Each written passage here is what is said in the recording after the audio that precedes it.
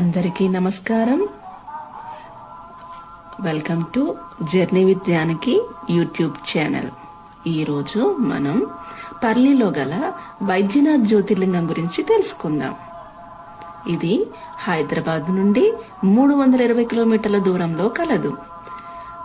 పర్లీ వైద్యనాథ్ జ్యోతిర్లింగం అని వైద్యనాథ్ జ్యోతిర్లింగం అని అక్కడి యొక్క ప్రజలు భావిస్తున్నారు. వైద్యనాథ్ జ్యోతిర్లింగం గురించి, నాగేశ్వర జ్యోతిర్లింగం గురించి, ఇంకా 2-3 స్థలాలలో వారియే జ్యోతిర్లింగాలని వారి యొక్క భావన. కానీ పురాణాల ప్రకారం ఇక్కడ పర్లీలో ఉన్న జ్యోతిర్లింగమే వైద్యనాథ్ జ్యోతిర్లింగంగా ప్రజలు కొలుస్తారు. మీరు చూస్తున్నవి 3 నందులు. ఇవి గర్భగుడి వెలుపల ఉన్నాయి.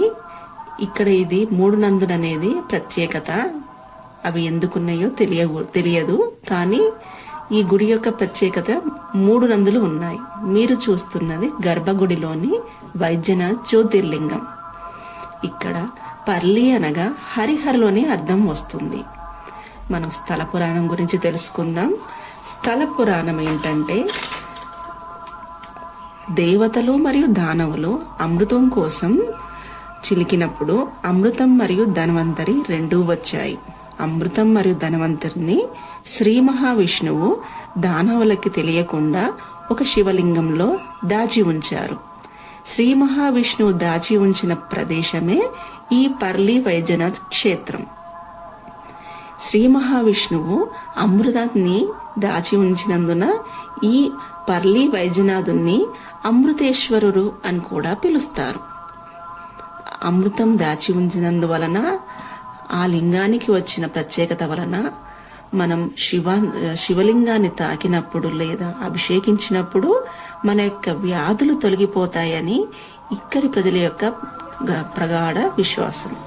కావున మీరు శివలింగాన్ని తాకి అభిషేకించుకునే వెసులుబాటు కూడా మనకి ఉంది. ఆ సౌకర్యాన్ని మీరు వినియోగించుకోండి.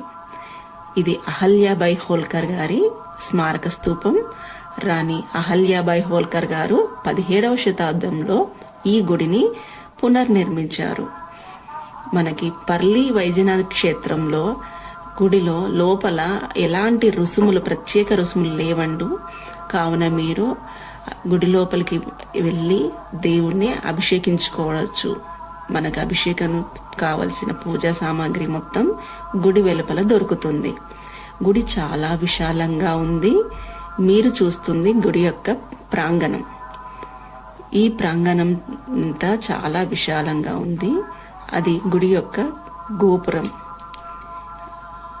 గుడి లోపల చిన్న చిన్న ఉపాలయాలు కూడా కలవు. దర్శించుకోండి.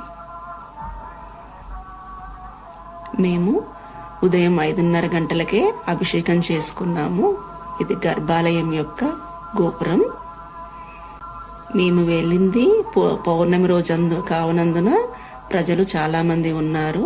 అయినా కూడా మేము ఉదయమే వెళ్ళడం వలన మా దర్శనం తొందరగా అయిపోయింది.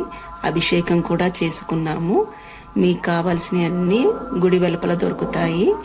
ఇక్కడ అన్ని రూమ్ సౌకర్యం కూడా కలదు. మీరు ఉపయోగించుకోండి. సర్వే జన సుఖినో భవంతు.